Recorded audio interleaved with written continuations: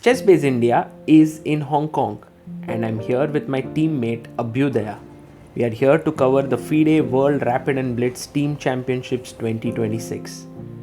The president of the Hong Kong Chess Federation, Geoffrey Kao, came to pick us up at the airport and then dropped us in his car to our hotel. On the way, we got to know that Geoffrey's son, Jameson, is one of the best players in the country.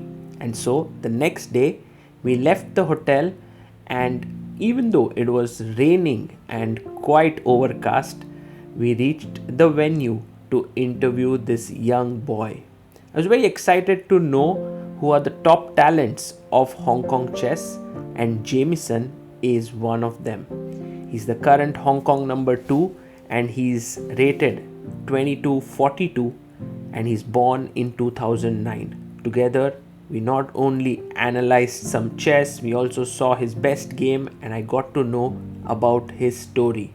So sit back, relax and enjoy Jameson's story, and maybe he'll become the first IM and who knows, even the GM from Hong Kong.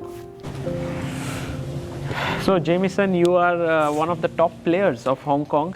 Yeah. You are what, 16 years old? Yeah, 16. Yeah, about to turn 17 in July though, so. And you are 2250, Yeah, roughly yeah. rated around that. Yes, yeah. I mean, I peaked at like 2280 a few months ago, but then I've been like making plus 40, minus 40 the last few months, so. Yeah. And you're also, you started chess quite late. Yeah, I started chess like 5-6 years ago maybe, so it wasn't really like that long ago, and like everybody starts when they're like 5 years old, so it's like pretty hard for me to compete, but yeah, it's been pretty fun, so. But you know, I feel like Hong Kong is a place where not too many people are pursuing chess very seriously. I think you might be one of the very few. Yeah, that's true. A lot of kids in Hong Kong prefer to like pursue like academics or sports, and they focus like less on the mind sports, but that's been like improving in like the recent years with a lot of tournaments in chess and a lot of developments. So I think it's going on the good path. So for you, what about chess attracted you? Well, first of all, like my brother used to play it, and it's like he's like 3.5 years older than me, so there's like not much I can like beat him in. So like I just played chess like originally like because I'm like really competitive and I wanted to beat my brother at something, but then like he eventually quit, and then it's like I stopped for a bit, and later on I picked it up again at school, like at like a chess club. So it was really fun playing it again, and just generally like my competitive streak is So you're very competitive, yeah? Yeah, I am. Yeah. And I always enjoyed like strategy games, like Connect 4 and all of this, so like chess just really came naturally to me. So. And I think your dad wasn't into chess as well, right? Like it's your journey that has brought him into chess. Yeah. He only started like organizing tournaments and all of this after like I showed like my interest in it, started competing, and yeah, he realized that the Hong Kong chess scene needed a bit of work, because previously there were like maybe like one FIDE rated tournament per month, and all of them were going to be like 1,700 players at max. So it's been improving. So yeah. And when you began, was it like, you know, there were trainers here? How did you start getting better at chess? Well, I first started like at like a school chess club. Like it was pretty low level, like in hindsight, but it like just play with your friends and enjoy the game first, and later on, you like progress to the point where there are some chess clubs in Hong Kong that have like IMs and some GMs coaching, and it's like group sessions. So you just like again play with your friends and also just improve as a whole. And eventually, I just stopped like having like a one-on-one coach. Yeah, in like the last 2-3 years. Yeah. And whom do you work with on chess now? I work with Naidish, Arkady Naidish. So, yeah, he's gonna be on my team for the World Rapid as well. So yeah. How did you begin working with Naidish? Because, you know, he is a very strong player. He was 2,700 plus in his peak. So, how did it begin? I think he's also beaten Magnus, no? Yeah, he has. I think he told me a few times like in Blitz and like one classical game, I think. But that was probably when Magnus was pretty young. But like I started working with him like I think for like the Olympiad, in like the Asian Games like a few years back. Because So in 24 Olympiad, you were the top board for Hong Kong. yes, I Wow. was. Yeah.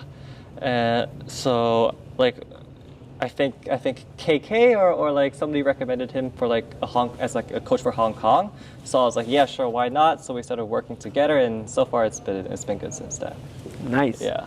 And what have been some of your achievements? I think you won the Sunway Sitges Challengers tournament. Yeah, I won that like I think 3 years ago. It was actually like I wasn't really like expecting to do so well in those tournaments because like I like just had my gap year like a few months ago, and it's like I was training over the summer with my coach, and the first like 2 free tournaments were like not so good. It's like I was like, okay, what am I doing? I went to Spain. I played my first tournament and like got like 3rd place. So I was like, okay, maybe I'm going like on a good run. And then I played Sitges, and like last round I was like leading the tournament, and I managed to win. So it was pretty good, and like my first championship, I guess. Yeah. Wow.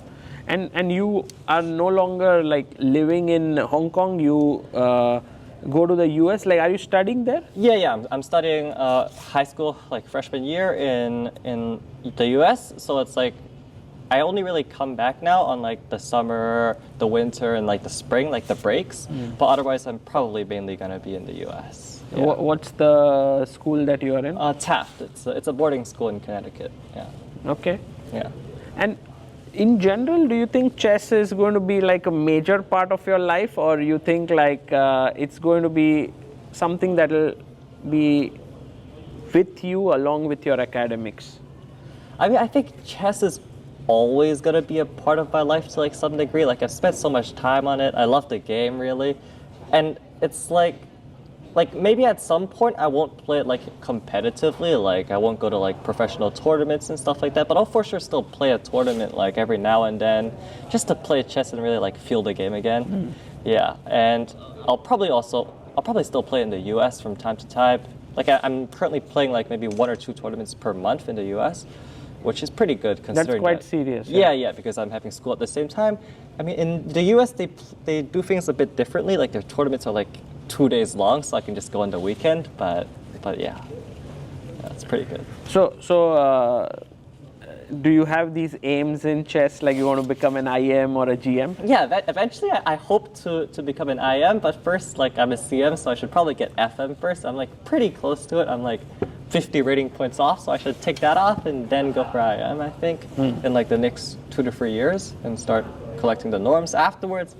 GM is a bit of a stretch. I mean, I started late. It's like I'm like pretty good, but like not that good compared to like the other youth my age. It's like there are grandmasters my age already, so it's like I understand that it's going to be pretty tough. But I do hope to become Hong Kong's like first IM. Yeah, and if you become an IM or a GM, that would be very inspiring for other people in Hong Kong. Yeah, for sure, it would be. Yeah. Because I did get a bit of sense that in Hong Kong there's a lot of emphasis that's given to, let's say, other things like, as you said, schooling, like studies, and then other sports. So chess is something which is perhaps not that popular, but you're pursuing it very seriously. Yeah. I mean, I just feel like a lot of it is like kind of like the Asian schooling. Like you just go study school and focus less on like stuff like chess, because like some people think it's not that serious of a game, but like they don't play it, so they wouldn't know. Yeah. True. Well, I wanted to maybe understand you as a chess player better. So could we look at one of your best games that you've played? Oh yeah. It was actually quite recent. Like I'm not sure if this was like my best game so far, but it was a pretty good game. I think this was like round 3 or 4 of like the Massachusetts Open. So this was in the Massachusetts Open. Yeah, it was actually. And you were playing whom? Jasmine Su. Like, so she's like I think 1 year younger than me. We both live in Connecticut actually, and it's like the second time I played her. She's like 2300 on FM, and the first time I beat her using a different opening, and this time I decided to mix things up with something new. So I kind of surprised her, I think. And D4? did she go? D4. Browser. Yeah. d6, bishop g5, and like I've So been. this is your favorite opening, it seems. Yeah, like. Well, it's the one I've been playing the most recently. Like before, I could play all kinds of stuff like four knights, a bit of dragon, but this is the one which I've been playing like most recently. But I like to mix things up when I feel like my opponent's prepared me. So yeah, queen d2, and like typically like they go for a6, e6, but I've been checking this line, which I find quite interesting, and like it's not the main line, so it's pretty good. This one? Yeah, long castle. And the idea is that knight takes d4, queen takes d4, and queen a5. So it's like rouser theory, I guess. And the main move is f4, which she played. You could also take, yeah, maybe. I mean, the idea. Well, you could take, but gf, and the thing is, you actually like lose a tempo compared to like the main line, because the main line is f4, and I'm gonna play h6 anyways, and bishop takes, g takes, and basically. My idea is later on, I want to play h5 and bishop h6 anyway, so it's like you save a tempo. Yeah, here she played queen d3, which I think is not the most accurate move order. I think the move order was king d1 and then queen c5 and king d3, queen d3, but... So what you want, like let's say imagine if I make a move like this. Oh, but I just go queen c5, I'm going to go for endgame with the bishop pair. And then such a position is very pleasant for black. Yeah, it's quite comfortable. I have the bishop pair. It's like rook g8. I don't feel like I should be in danger here at all. So it's like I wouldn't be so worried of something like that. Yeah, queen d3, and I played f5. I wanted to open the bishop. That's very direct. Yeah, I just go for it. I opened the bishop. Can I do this? Well, I think you could, but what I was planning was to go for bishop g7. So if takes, you want to take? I want to take with the rook, and I just want to give you a checkmate, I think. Pawn takes, bishop takes, and queen a3 is coming. It's looking very, very tough. So, yeah. But this is the kind of chess I like to go for, like dynamic and just. So who's your favorite player? Like, do you have one? Magnus is the GOAT, like, you know what I mean? Like, he's just the GOAT. Like, you can't really debate it so much. He's just too good for everybody else. Like, he was like the first guy to like crush everybody in these boring endgames. So, yeah. But he doesn't fit your style of play, right? He is a little bit more calm and so on. So yeah, that's true. I mean, I guess somebody that would like fit my style of play is like, I guess maybe Richard Rapport or like Jan, because they both like to play like offbeat openings and just crazy stuff. And in general, I'm also like a pretty fast player. It's like I just blitz my moves out in the opening and just crush on time. So. Yeah. So this is a classical game, right? Yeah, this is a classical game. Yeah, but I typically get like a 30-minute time advantage by the end of the game. So, yeah. So haven't your coaches told you to slow down? Oh, they have. Yeah, they have. It's just that it's like I slow down, but still not by that much. Yeah. Okay. So here we need to do something about our bishop and the rook. Yeah. And also, like, black's idea is to play bishop g7. Yeah. So, like, white, she played queen g3 in the game just to stop bishop g7. Very creative way, yeah. Yeah, I would say so. And hold up. Wait, I low-key forgot. No, if I take on e4, it seems like you can't take here, right? Because I take this pawn. Oh, I messed up. She took on f5 first. Yeah. She took on f5, bishop takes, and then queen g3 with the idea of stopping it. Okay. And I mean, her front is to play rook d5 and just like Ooh, this is looking a bit scary. So I played the move bishop e6. Yeah, bishop e6, and like. I was considering, I thought she would play something like bishop b5 because it looks tempting to give me a check and move my king. And like if bishop d7, like problems come, so I would just go king d8. It's like, I don't care. Okay, you play bishop b5, I'm going to go a6, b5 with a tempo, maybe rook c3, I don't know. It's just, look, I have the bishop here, I'm just going to attack your king. So she didn't end up playing that, but I thought it would be actually like the best move. And instead she played a move a3. I guess she just wanted to avoid all of this in the long term, and I just played a6. I didn't want to deal with bishop b5 now. Did you not want to like try to get bishop g7? This looks very weird though. Yeah, queen that's what I was worried about. Like queen g8, like maybe, but it's like super unclear, and also like maybe f5 somewhere. It's like with rook d5. It's like I don't really want to have to deal with all of it. Like Yeah, I think rook h7, queen g8, rook g7, and bishop b5 maybe. And I think I have some problems on there, but yeah, and I just played the calm B5, move. queen Yeah, f8 or bishop. Okay, queen b5. Wait, hold up. Yeah, queen b5. Yeah. Can I can take, no? yeah. But queen b2. Yes. Queen b2, king takes b2, bishop takes g7, rook This d3. would be very nice for Yeah. black. Yeah, being with the pin, Because it's b5, always- a5 yeah. is coming. Yeah, this is looking good. But maybe bishop b5 first to. Yeah, bishop b5 first because I cannot go king d8 because queen g8 is winning. Right.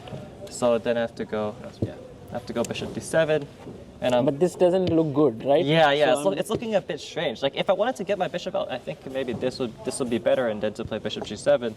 So yeah. I mean, I just you wanted. played a6. Yeah, I just wanted to avoid everything with bishop b5, and my idea is I want to go b5 anyways. Bishop d3. Ooh, It was. were you tempted? I was very tempted, but I thought if I take during the game, I thought, okay, I can't go queen takes because Yeah. bishop b5, and so this would probably happen. And king d2, I don't really have any follow up, and like my king is still in the center, and I feel like her king is pretty safe. So it's like I was considering it, but I don't think it was really worth it in the end. So I just followed with like my main plan. Okay, I need the bishop out at some point, so I wanted to play h5 with ideas of bishop h6 with the king, and also h4. Right. Yeah. She played a move bishop e4, which I didn't expect, and actually it felt actually really nasty. Because she defends and Yeah, then she defends wants- everything. Bishop d5. It's like f5 is stronger now. Bishop b7 pawn is hanging. So here I fought for a bit, and I played the move h4. Okay, I just wanted to push the queen aside. And actually, if I remember correctly, like, yeah, she played queen f3, but this wasn't the most accurate move. I think engine showed like +1 after queen d3, but it's still like a huge mess. Like I'm not sure why it shows such huge advantage for white. I mean, like I have bishop g7. I don't really think you can take the pawn. I have b5. It's just a mess in general, like the kind of mess that I like. So it's like engines. I think, yeah. Queen f3, and I played the move bishop g7. Okay. So basically here I was saying that, okay, if you take this, I don't care at all. Yeah, I rook was c3 maybe. I was considering to take, but I don't think it works because rook takes c3, pawn takes, and bishop takes c3 is the most natural because I'm trying to mate her. Queen c6, and I think I have some problems because queen takes a6, and I don't have a follow-up. Yeah, so queen f3. My idea instead of after bishop takes b7 instead of rook takes c3 was actually to play rook c7, and I thought she doesn't have like any good follow-up. It's like I'm going to castle and I'm going to play rook b8, and I think here I was thinking of even just king f8 actually. Okay, because But now you just can't get the rook easily into the game. So rook h5, rook h6, I can get it out this way. Also, it's like you have to move the bishop again, I think. Yeah. not so easy, yeah. Like Well, this, now you will take. Yeah, and now maybe I can even take out the rook because it's like your king is kind of stuck. I mean, you need to calculate this, but I think I'm very happy with this position after this and rook takes c3. Right. Yeah. So she saw this, of course, and she decided, okay, it's too risky to go for it, and she played the move knight e2, which okay, I thought maybe she would go for it or something and just go for like total insane chess. Now some some sacrifice coming or not? Not yet. yet. Not yet. I mean, pawn is hanging. She wants to go knight d4 and just close everything and play c3. So I played the move b5, and my idea is if you play c3, I'm going to play b4 because there's a pin on the king. So I can do this. And So let's do this, Yeah, she right? played knight d4, and initially, okay, yeah, it looks like b4 doesn't actually work because of knight c6, but actually, knight c6, wait, hold up, I'm trying to think, what was I calculating? Take it, right? To take, no, because there's a check. Actually, my idea was to play, I think, queen b6. Okay. And my idea was that if you take the pawn of the knight, I played a move a5, like somewhere, knight d3, and like this knight is super weak. So hold up, I remembered I was calculating something here.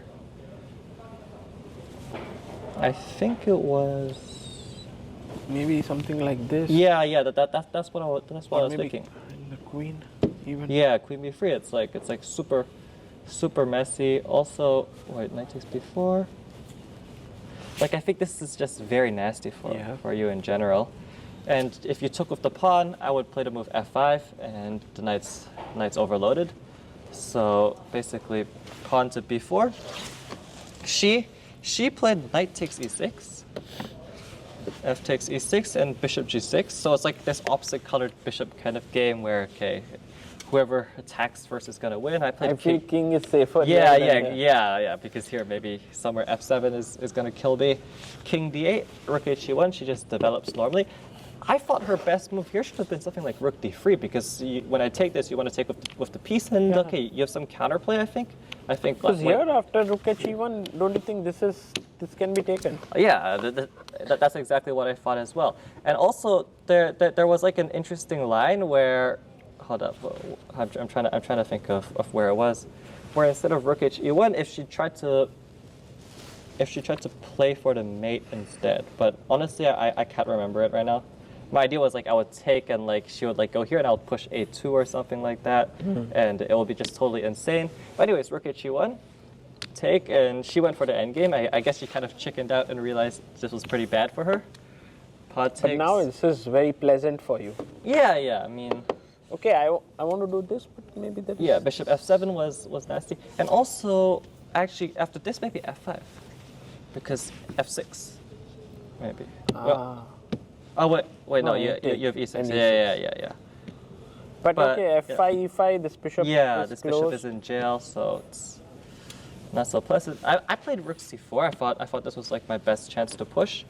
She played bishop f7 actually, which doesn't really line up with rook he1 so much. It's strange. Rook takes f4. Bishop takes e6.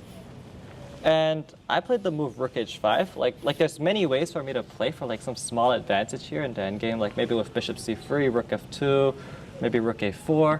But like I felt like maybe I should just bring my piece that's in the toilet out of it. So Toilet, yeah? Yeah, I like to say that. Yeah. So rook h5, bishop d5, she tries to cut it off, and I decide, like, I don't really see anything immediately, so I just play h3. I understand that if she takes it, maybe it's not really winning, but I have good chances to pick up a pawn somewhere, and with the e-pass pawn, I can try to do something. Also, her king is very, very weak, so somewhere with bishop c3. So, but if you play g3, this is a bit risky, yeah? Like the pawn. g3, yeah, but rook f2, I think I'm doing quite good here because your pawn is on the dark square. Yeah, exactly. So what did she do? After h3, she played rook e2. So she just tries to hold this, and I played the move bishop c3. Like I wasn't playing so accurately here, but she was really low on time, so I was just like, I had like 1 hour, so I was just gonna, I'm just gonna push on time. I don't care. Now you My idea is I want to go rook a4, and the reason why I brought the rook up was because I want to bring out a rook a5, so some mating nets might come. She played king b1, so she's just trying to avoid this. And basically, like, I know she's low on time, and like this is like I can push this for like the next 100 moves if I want. Like your pawns are so bad, so it's like, okay, I'm just gonna play random moves. Rook ff5. Again, I'm just trying to get over here, and my idea was somehow I wanted to get like this position with like bishop b3, and I wanted to get some position with like rook b5 and a5 somewhere where it's getting really nasty because you have to push a4 and your king is stuck. So she played bishop c4. I played rook h4 because you can't take it, because okay, I'm just gonna mate you here. Bishop c4, and she played